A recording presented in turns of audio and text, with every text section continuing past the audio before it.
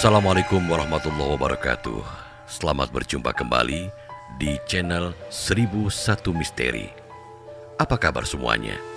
Semoga saja Anda kami jumpai dalam keadaan baik, dalam keadaan sehat walafiat, senantiasa dimudahkan segala urusannya, dilimpahkan milik rizkinya, dan semoga selalu ada dalam lindungan Allah Subhanahu wa Ta'ala.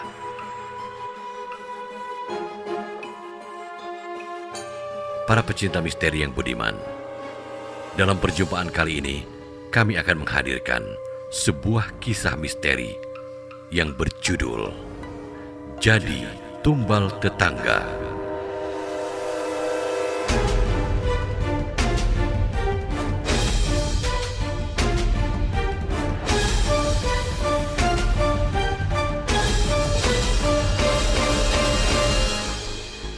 Sebelum masuk ke kisahnya, kami mohon untuk senantiasa memberikan subscribe-nya bagi Anda yang belum subscribe di channel 1001 Misteri. Dan jangan lupa juga untuk senantiasa memberikan komentar dan kritiknya. Para pecinta misteri yang budiman, selamat mengikuti.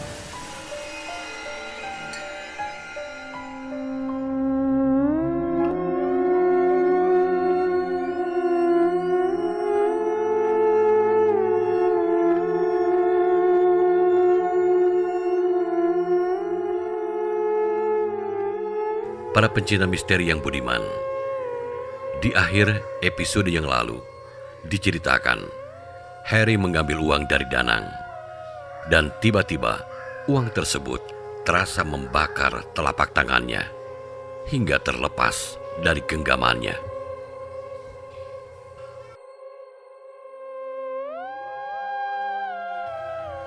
Hah?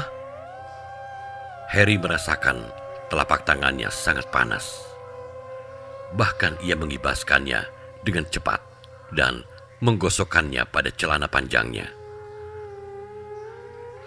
Uang pecahan tersebut terjatuh di lantai, dan ia memandang ngeri saat melihat uang seolah mengeluarkan bara api. Ia mendadak gemetar. Kemudian, ia memungutnya kembali dengan menggunakan penjepit makanan, lalu menyimpannya di tempat yang jauh dari warungnya. Jantungnya mulai berdebar dan merasakan jika seseorang sedang menaruh dendam padanya. Akan tetapi siapa? Ini sungguh sesuatu yang sangat miris. Siapa yang membuat ini semua? Gumam Harry dengan nada khawatir. Sebab ia pernah mendengar tentang tumbal beli nyawa yang mana dengan menggunakan uang sebagai media mencari korbannya. Namun siapa?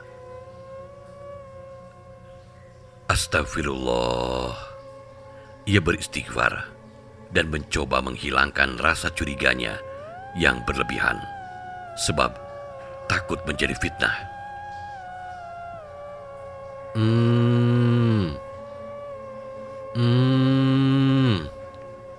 Terdengar suara Monica, sang ibu yang menggeram karena ketakutan, seolah sedang melihat sesuatu yang sangat mengerikan.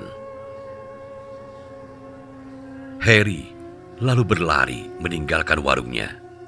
Ia menghampiri sang ibu yang berada di kamar bersebelahan dengan kamar mereka. "Ada apa, Bu?" tanya Harry berusaha tenang. Mata Monica terlihat tajam dan sangat ngeri. Ia memandang putra bungsunya itu seolah menaruh amarah. "Hah?" Pria itu tersentak kaget, lalu memegang dadanya yang bergemuruh. "Astagfirullah. Ibu kenapa?" tanyanya dengan deguban di dadanya yang semakin kencang. Mendengar Harry berteriak, Wardah menjadi sangat kesal. Lalu ia keluar dari kamar dan melongok dari balik pintu. "Ada apa sih, Bang?" Berisik banget, omelnya dengan emosi yang mulai terpancing. Wardah, bisa kamu turunkan nada bicaramu? Ibuku sedang kesakitan, ucap Harry yang berusaha untuk tidak terpancing emosinya. Iya, tapi ibu kamu ini sungguh nyusahin banget. Teriak-teriak melulu. Nanti yang ada Kalisa bangun. Aku mana belum cuci pakaian, cuci piring, memasak, banyak lagi pekerjaan yang harus aku kerjakan. Jawabnya dengan nada yang semakin tinggi. Harry menarik nafasnya dengan berat, lalu menghembuskannya perlahan. Nanti abang bantu cuci piring, sahutnya, berusaha untuk menenangkan sang istri. Wardah mendengus kesal, lalu keluar dari ambang pintu dan menuju dapur. Lalu terdengar suara pintu kamar mandi dibanting dengan keras. Harry berusaha sekuatnya menahan diri agar tidak terbakar api kemarahan. Di sisi lain, Monica mengerang kesakitan dengan matanya yang masih membola dengan tatapan tak biasa. Hus! Sebuah desiran angin yang terasa sangat panas menerpa tengkuknya melalui pintu depan rumahnya yang terbuka. Astagfirullahaladzim. Dengan cepat ia beristighfar, ucapnya sembari memegang tengkuknya yang terasa meremang.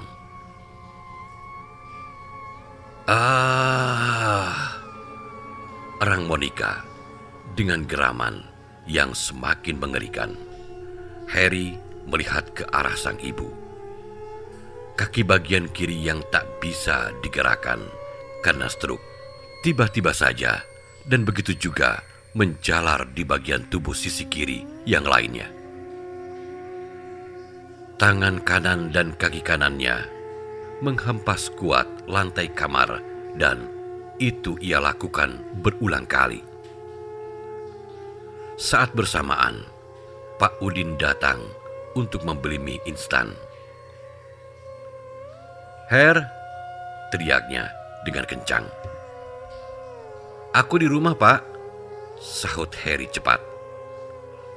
Pria paruhbaya itu menuju rumah, dan ia mendengar suara hentakan di lantai dengan sangat keras.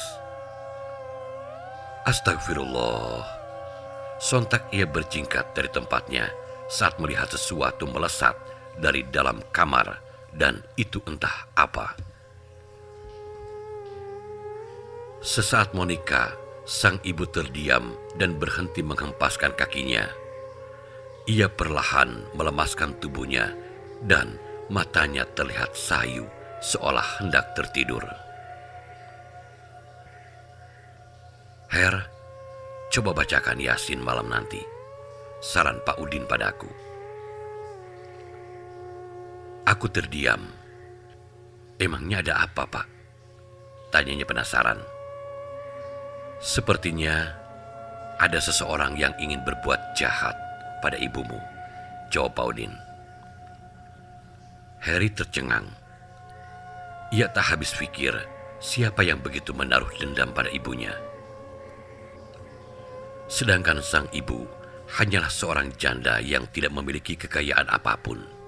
Bahkan makannya saja dinafkahi anak lelakinya, yaitu Harry, sebab anaknya yang lain perempuan. Terdengar suara piring pecah karena sengaja dibanting. Pak Udin melirik ke arah dapur, dan tentu saja itu adalah Wardah pelakunya. "Her, buruan ke warung. Bapak pesan mie instan 5 bungkus," ucap pria tersebut, dan Harry pun mengangguk cepat. Wardah menuju kamarnya. Ia merasakan kebencian yang semakin dalam sebab harus memandikan sang ibu mertuanya. nyusahin saja. Mati gak mau, sungut wanita tersebut dengan kesal. Ia menyapu rumah dan merasa ogah untuk memasuki kamar sang ibu mertua untuk membersihkannya. Hari pun hampir senja. Harry teringat akan uang yang pagi tadi membuatnya terkejut. Lalu ia mengambilnya sambil mencari garam kasar. Ia tak tahu dengan apa yang sedang dilakukannya.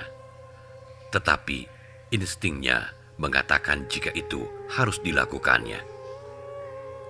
Ia mengambil uang 3 lembar yang pagi tadi didapatkan dari Kang Danang. Lalu ia menghidupkan pemantik api yang dipegangnya dan ingin membakar lembaran uang tersebut. Harry berulang kali untuk menghidupkannya, tetapi tidak berhasil. Saat bersamaan, satu sosok tinggi besar berwarna hijau memasuki kamar sang ibu, dan tangannya yang berukuran besar itu siap mencekik leher Monica dengan kedua bola mata yang memerah. Harry terus berusaha menghidupkan pemantik api hingga azan maghrib berkumandang. Pemantik menyala dan ia membakar uang tersebut hingga hangus, lalu menaburkan garam kasar di uang yang sudah terbakar hangus menjadi debu.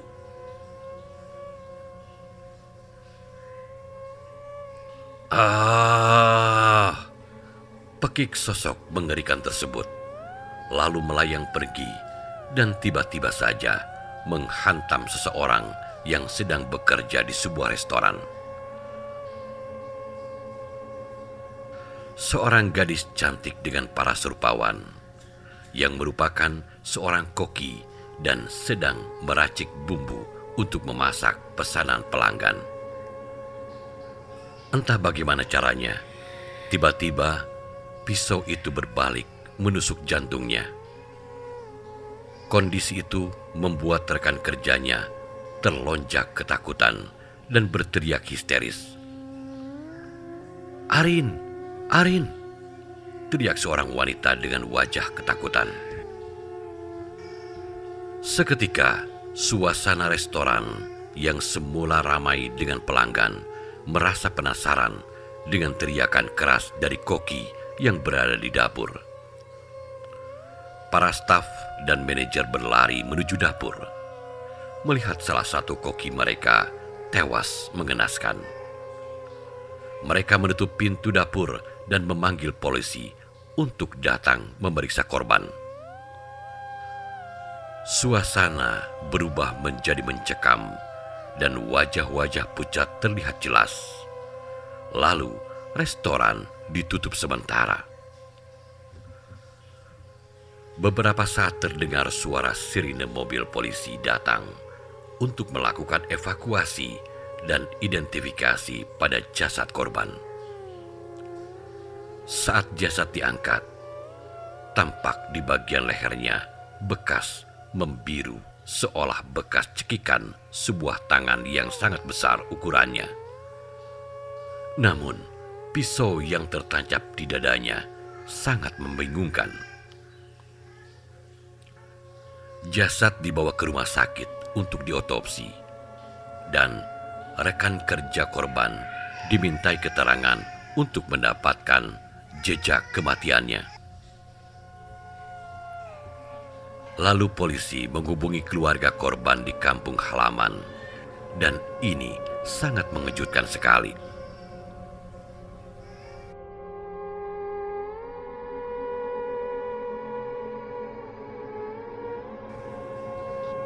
Terdengar suara ponsel berdering.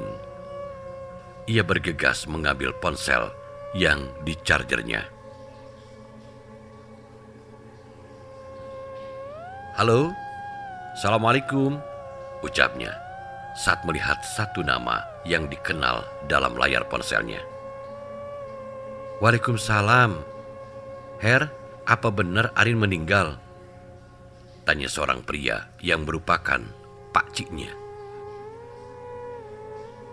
"Ah, Arin. Arin mana, Pak?" Harry balik bertanya. "Ya, Arin anak bibimu, Ira. Arin mana lagi?" jawab Pak Ciku kesal. Sontak Harry tersentak kaget. Innalillahi wa inna ilaihi roji'un. "Masa sih Pak Ci? Aku baru tahu kabar ini dari Pak Ci sendiri," jawabnya dengan debaran jantung yang begitu kuat.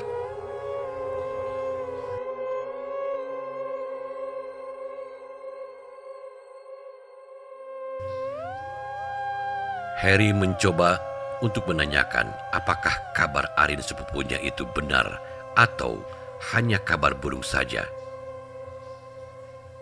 Rasanya tak percaya ia mendengar kabar tersebut, sebab 2 minggu yang lalu baru saja gadis itu singgah ke rumahnya sebelum berangkat ke kota untuk kembali bekerja setelah libur beberapa hari. Lalu ia menekan tombol hijau saat melihat satu nama yang menjadi tujuannya. Panggilan tersebut aktif, tetapi berulang kali tidak dijawab. Apa yang sebenarnya terjadi?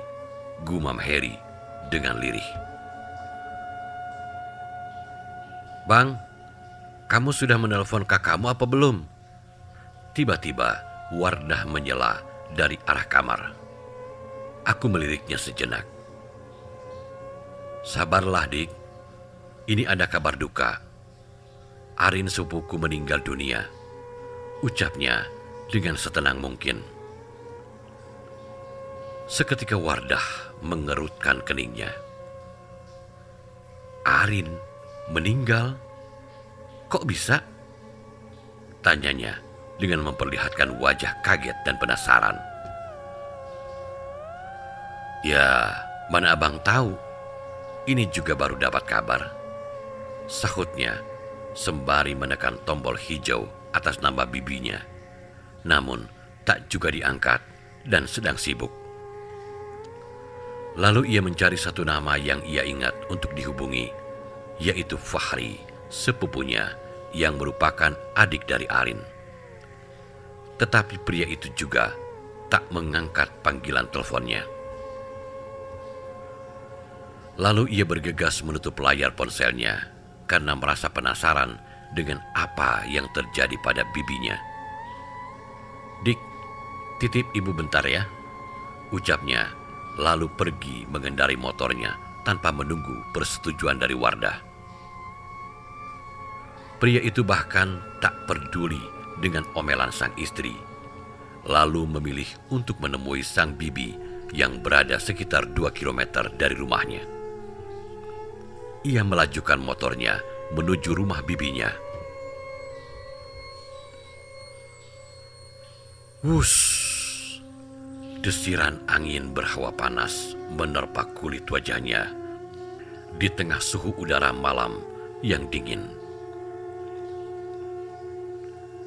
Ia merasakan bulu kuduknya meremang dan berusaha tak menghiraukan apa yang sedang ia rasakan saat ini. Tak beberapa lama, ia tiba di rumah bibi Ira yang merupakan adik bungsu dari ibunya.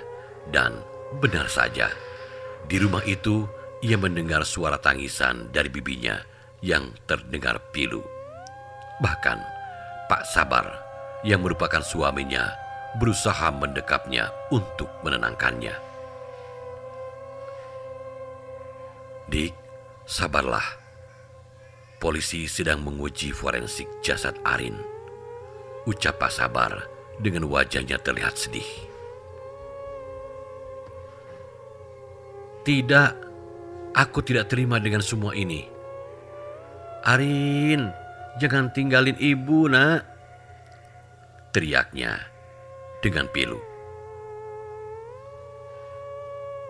Aku diam terpaku. Ternyata benar apa yang dikabarkan oleh Pak Ciku. Jika Arin meninggal dunia, tetapi mengapa mereka tidak mengabariku? Bukankah aku di sini yang paling dekat dengan mereka? Sedangkan Pak Ci yang berada jauh di luar provinsi sudah dikabari. Harry melihat Fahri dengan wajah gelisah dan ia terlihat gugup. "Fahri, Arin meninggal kenapa?" tanya pria itu pada adik sepupunya. Ia melirikku dengan tatapan malas. "Gak tahu," jawabnya ketus, seolah ia tidak suka dengan kehadiran kakak sepupunya. Seketika, Harry merasakan hatinya begitu sakit, terbawa perasaan karena seolah tak dibutuhkan. Mendapati kondisinya yang diabaikan, ia memilih untuk pulang. Dan hari pun semakin beranjak malam. Ia kembali mengendari motornya dan bergegas pulang. Setibanya di rumah, ia melihat warungnya masih terbuka. Tetapi Wardah tidak menjaganya. Mungkin istrinya itu ketiduran saat menina bobokan putri mereka. Ya ampun, Wardah, warung bukannya ditutup, malah ditinggal tidur, gumamnya dengan lirih. Lalu ia memarkirkan motornya di depan teras rumahnya.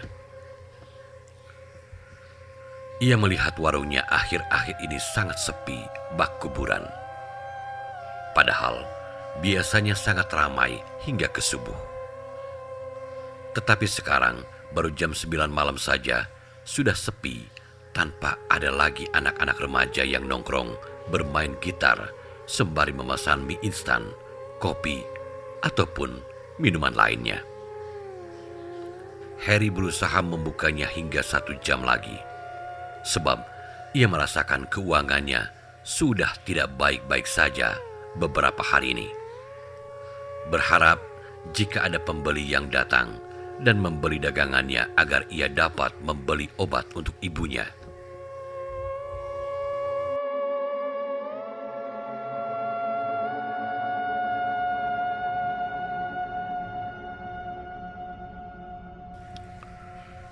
Sudah lebih dari 1 jam lamanya ia menunggu. Tetapi tak juga ada yang datang membeli. Dan ia memutuskan untuk menutup warungnya. Setelah menyelesaikan pekerjaannya, ponselnya pun berdering. Dan panggilan dari kakaknya yang saat ini berada jauh di perantauan. "Halo, Assalamualaikum," sapa Harry dengan lirih. "Waalaikumsalam, Her. Apa benar Arin meninggal?" tanya sang kakak dari seberang telepon. "Iya," jawabnya lemah. "Kok bisa?" "Tidak tahu." Lalu ia menghela nafasnya dengan berat. "Kok bisa nggak tahu? Kau datanglah. Coba kau datangi dulu mereka," saran dari Mbak Dewi. "Mbak pulang nggak?" tanyanya mengalihkan pembicaraan mereka. "Insya Allah kakak pulang besok," jawab Dewi. "Oh, ya sudah. Aku tunggu," jawabnya dengan nada malas. Lalu memutuskan panggilan sepihak. Ia berjalan masuk menuju rumah. Tiba-tiba, wush! Ia melihat sekelebat bayangan yang melintas dengan cepat itu mengagetkannya.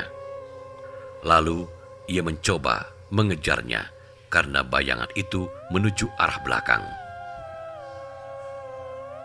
Lalu terdengar suara benda terjatuh di atas atap rumah yang terbuat dari seng dan menimbulkan dentingan yang cukup keras. Seketika Harry kehilangan jejak sosok yang menghilang tersebut.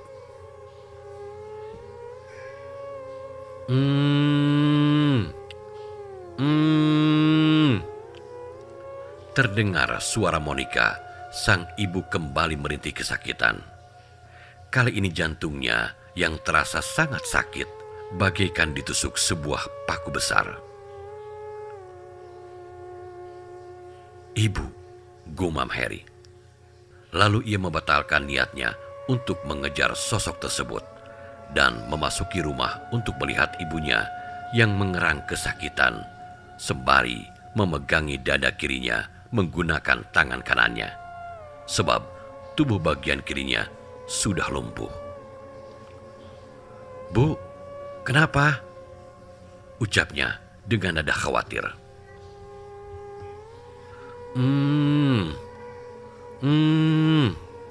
Rintihnya dengan bibir yang miring ke kiri. Harry menghampiri ibunya, lalu mencari minyak gosok dan membalurkannya ke dada sang ibu untuk mengurangi rasa sakitnya. "Mungkin ibu masuk angin," ucapnya dengan lembut. Setelah selesai, ia beranjak bangkit, ingin mengambilkan air hangat untuk ibunya dan menuju ke dapur.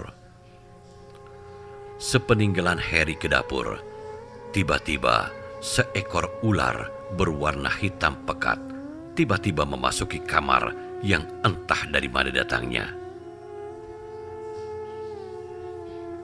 Lalu terdengar suara desisnya, terdengar sangat mengerikan, dan ia merayap dengan kepala yang tegak dan mulut terbuka lebar, berniat hendak mematuk kaki Monica yang saat ini tersentak kaget dengan kehadiran binatang berbisa tersebut.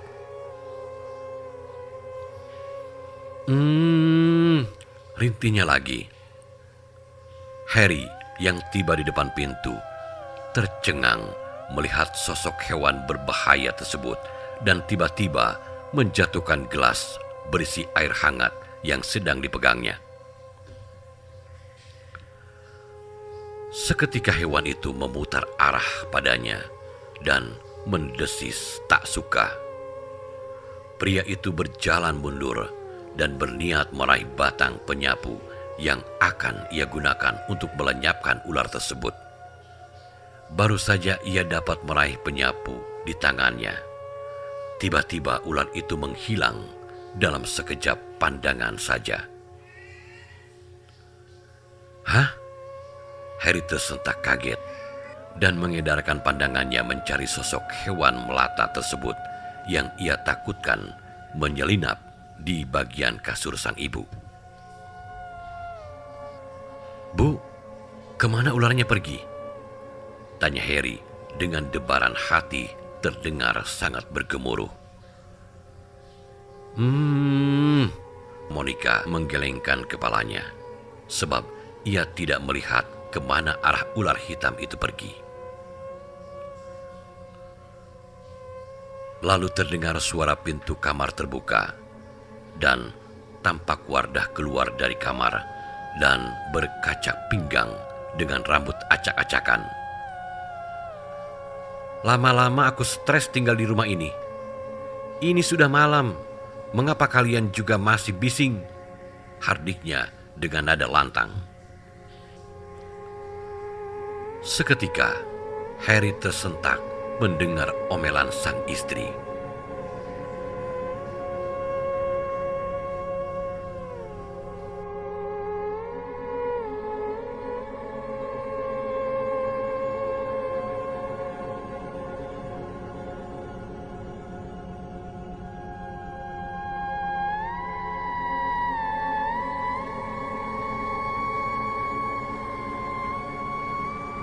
Suara sirine ambulan meraung-raung di pukul 10 pagi menuju ke rumah Bibi, dan itu terdengar cukup jauh.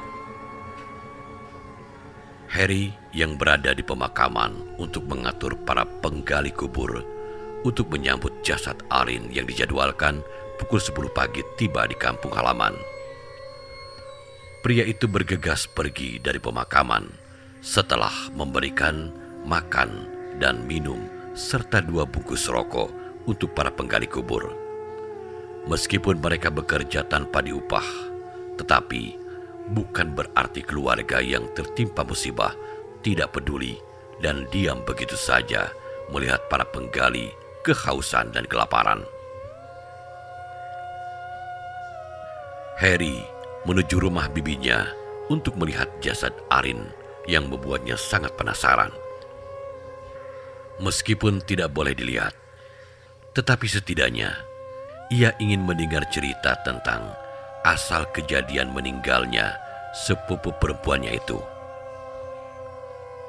Pria bertubuh tinggi itu melajukan motornya karena tak sabar untuk segera tiba di sana. Saat ia tiba di tempat duka, tampak pelayat sudah berkerumun dan menyambut jasad seorang gadis yang sangat cantik jelita. Selama hidupnya, Arin dikenal dengan gadis yang sangat baik, sopan, dan berkepribadian sangat dibanggakan. Banyak para pemuda yang tergila-gila padanya dan ingin mempersunting dirinya. Tetapi ia memilih untuk berkarir terlebih dahulu di bidang kuliner yang sangat ia sukai, sehingga membuat ia memilih untuk sekolah tata boga dan juga kuliner di sebuah universitas ternama di kota. Hingga akhirnya ia bekerja di sebuah restoran ternama dengan gaji yang tinggi. Kematiannya yang tiba-tiba membuat semua pemuda patah hati berjamaah dan juga mengejutkan keluarga yang tidak pernah menyangkanya. Isak tangis mengiringi jasad Arin saat diturunkan dari ambulans. Wajah-wajah duka dari para pemuda yang cintanya tidak kesampaian terlihat jelas di mata mereka. Di antara mereka, Harry melihat sosok Danang yang ikut menyaksikan jasad Arin dibawa masuk ke dalam rumah Bibi. Ia terlihat menatap tanpa berkedip, hingga jasad itu menghilang di balik pintu dan ia memilih pergi.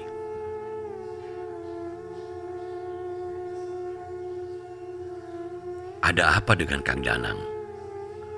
Mengapa ia terlihat sangat mencurigakan? Gumam Harry dengan rasa penasaran. Kudengar dari arah dalam, Biira berteriak dengan histeris saat melihat jasad anaknya terbujur kaku dengan luka jahitan di bagian dada kirinya. Aku hanya dapat melihat dari kejauhan, sebab rasanya tidak sopan melihat jasad sepupuku yang dibuka penutupnya oleh kaum emak-emak karena rasa penasaran. Meskipun ia hanya jasad, tentu ada rasa malu pada arwahnya yang melihat ia ditonton dengan begitu rupa.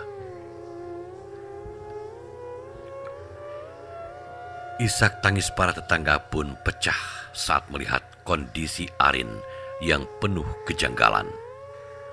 Terlihat lehernya bekas cekikan yang mana jemari tangan berukuran sangat besar dan itu bukan jemari tangan manusia.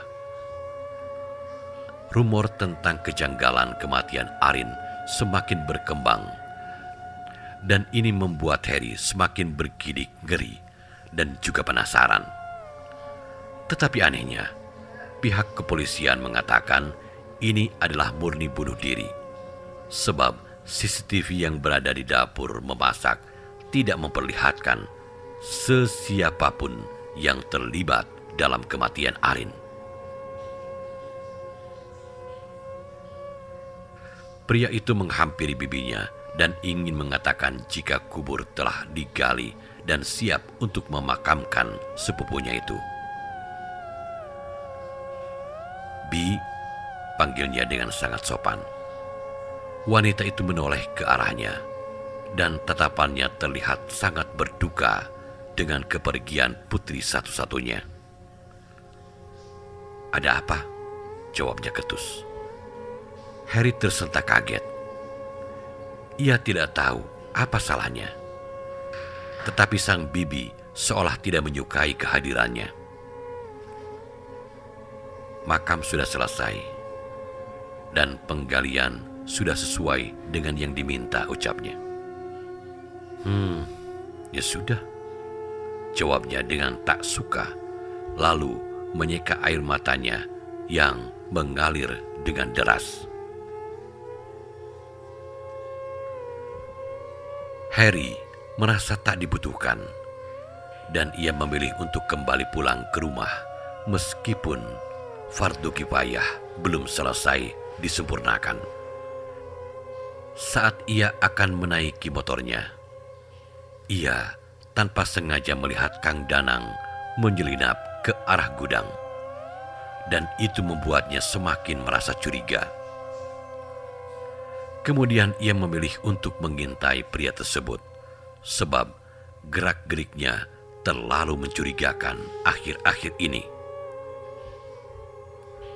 Harry menuju gudang tempat sang bibi menyimpan berbagai berkas kebutuhan rumah tangga. Lalu terdengar sebuah benda terjatuh, dan pria itu bergegas memasuki gudang. "Sedang apa, Kang?" tanya Harry, berusaha memergoki pria tersebut.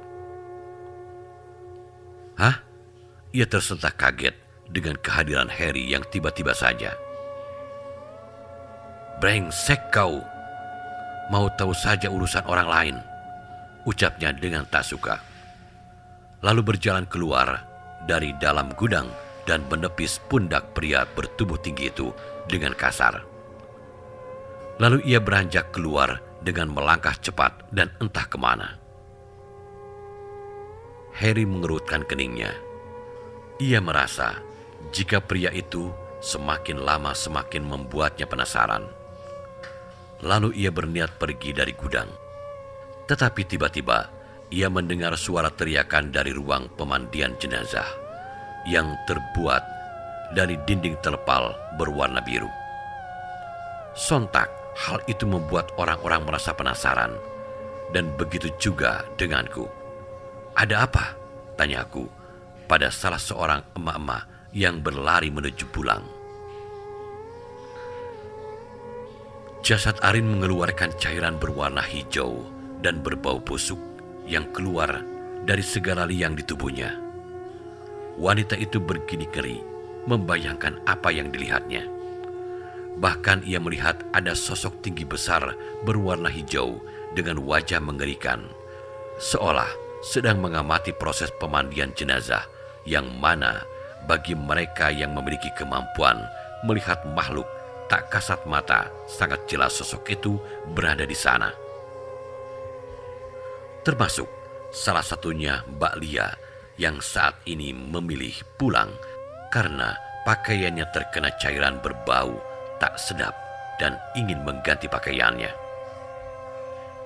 Harry semakin merasa bingung dengan apa yang terjadi. Belum sempat hilang rasa penasarannya, tiba-tiba ponselnya berdering. Satu panggilan masuk dari Wardah membuatnya harus mengangkat dengan cepat. "Ya, ada apa?" "Buruan balik, ibumu minta buang air besar. Aku jijik melihatnya," ucap Wardah dengan kasar. Harry menghela nafasnya dengan berat, lalu mematikan ponselnya dan bergegas untuk pulang. Setibanya di rumah, ia melirik warungnya yang ternyata dibuka oleh sang istri, tetapi tidak ada satupun yang datang membeli. Pria itu bergegas masuk ke rumah dan menuju kamar ibunya, lalu mencoba memeriksa di pampersnya. Dan ternyata benar, sang ibu buang air besar.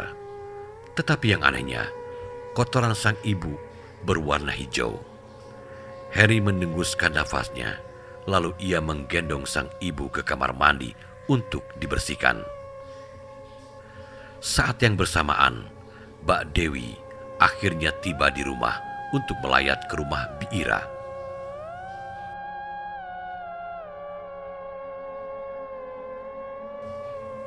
"Mbak," panggilku padanya. "Ya," sahutnya cepat. Aku tahu ia masih sangat capek karena perjalanan yang cukup jauh. Tetapi aku merasa sungkan untuk membersihkan area pribadi milik ibuku.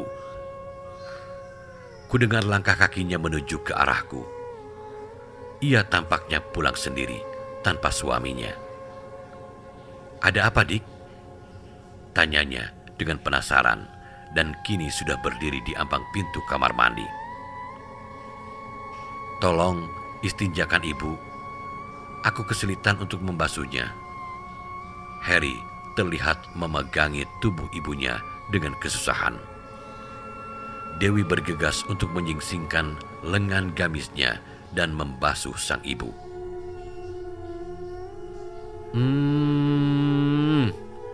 Rintih Monica terdengar sangat keras. Ia merasakan perutnya sangat sakit dan itu kembali lagi.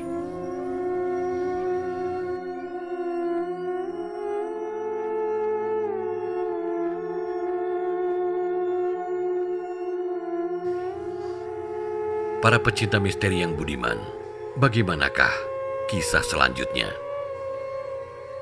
Ikuti terus kisahnya di channel 1001 Misteri. Sampai jumpa. Wassalamualaikum warahmatullahi wabarakatuh.